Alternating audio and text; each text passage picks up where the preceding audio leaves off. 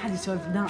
صاحب الزمان؟ ما لانهم يسولف على أبو فاضل كل ما نسمع شو يقول احنا من الخطابات ما فهمنا، بس عرفنا ابو فاضل كالسيفه ويحفظ بالوادي وش لا كذا حرب. هاي الصورة علي من صارت على صاحب الزمان، المجتمع شنو فاهم صاحب الزمان؟ انه رجال ما عنده شغل وعمل يظهر ويذبح بالعام.